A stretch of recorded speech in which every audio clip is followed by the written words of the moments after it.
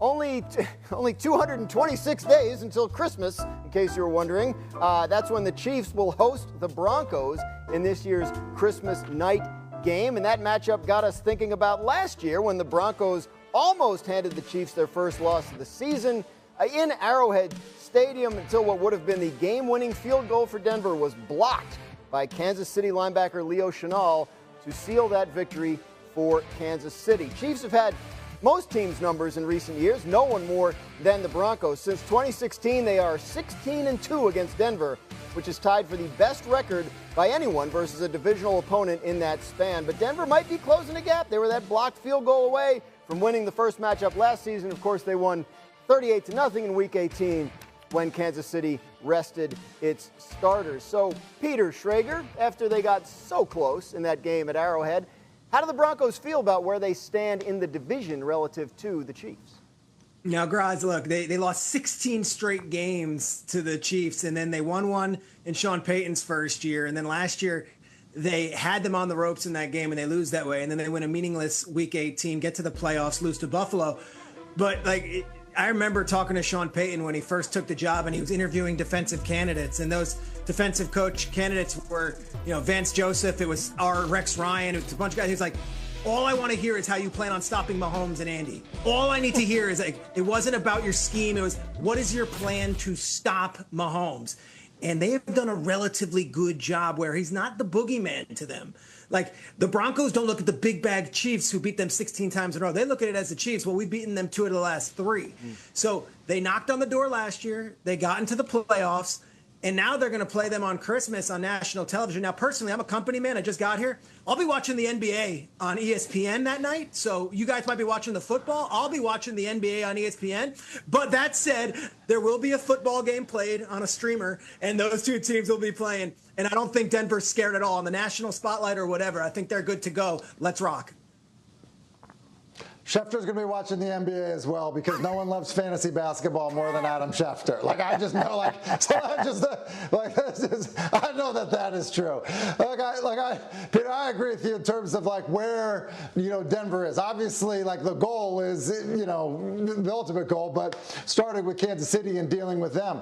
And I think they've got to be really encouraged by the progress of Bo Nix. Bo Nix, I think, came out of school with, probably a lot of questions because of his streakiness. Look, he was run out of Auburn, and then he goes to Oregon and he plays really well.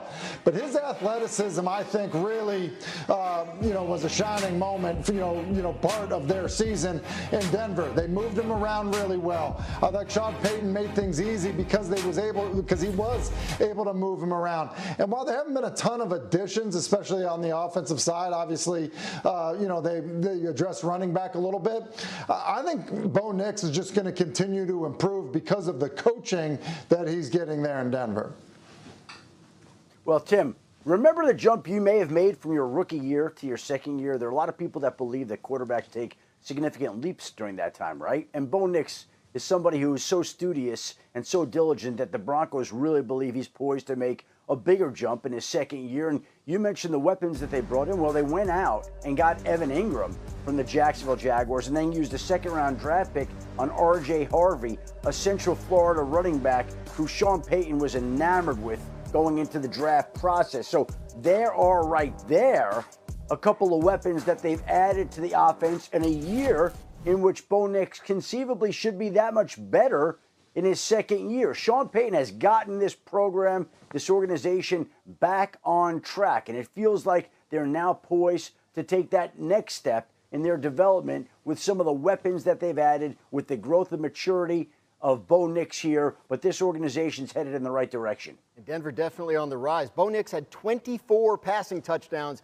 from Week 8 on last season, which was the 4th most in the entire league. So watch out for the Broncos. Today, the NFL announced 6 international game matchups for this upcoming season, and we're going to bounce around the globe a little bit and check a few of them out, starting in London, where the Jaguars will host the Rams at Wembley Stadium. Peter, Jaguars in London, that's nothing new, but what intrigues you about this particular matchup with the Rams this year? I look at the sidelines. It's really interesting. Liam Cohen is the shiny new hire as head coach for the Jaguars, but where he really made his name was with that Rams staff and coaching Matthew Stafford, along with Sean McVay and Jed Fish and some of the other offensive coaches. But he was the low man on the totem pole during that Super Bowl run. And then you add in Chris Shula, who had an office across the hallway from him. You look at the matchup here. You've got a new head coach who's got a lot of hype in Liam Cohen, and then he's going up against a bunch of coaches who he used to work with. I wonder if he has any insights on Matthew Stafford, what makes him tick, and what they can do to get to him, and vice versa. If the Rams coaches know how to get to a Liam Cohen offense and attack and exploit what really the weaknesses might be there. Fun coaching matchup there. It'll be the Jaguars' 11th game all time at Wembley Stadium. Across to the continent, we go to Berlin, where the Colts will host the Falcons at Olympic Stadium. Tim, Colts added Daniel Jones to their quarterback room this offseason to give Anthony Richardson a little competition. Lots can happen from now until November when that game happens, but what do you think the quarterback situation will be in Indy by week 10? I think by week 10, I think we're going to see Daniel Jones as a starting quarterback. So the Colts have basically acknowledged that this has not worked with Anthony Richardson. Put it this way, like they said, look, we need to have somebody come in and compete with Anthony Richardson. Daniel Jones is the guy that they brought in to do that.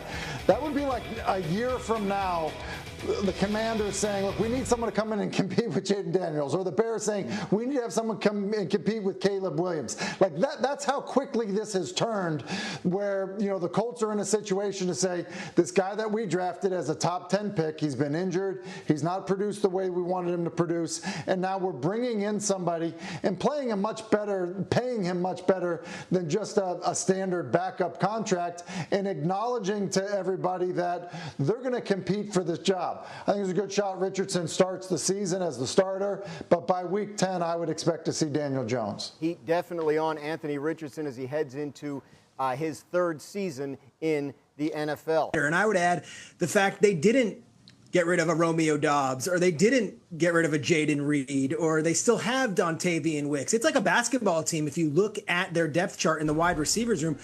But that said, Golden's a rookie. He was the third wide receiver taken in this draft.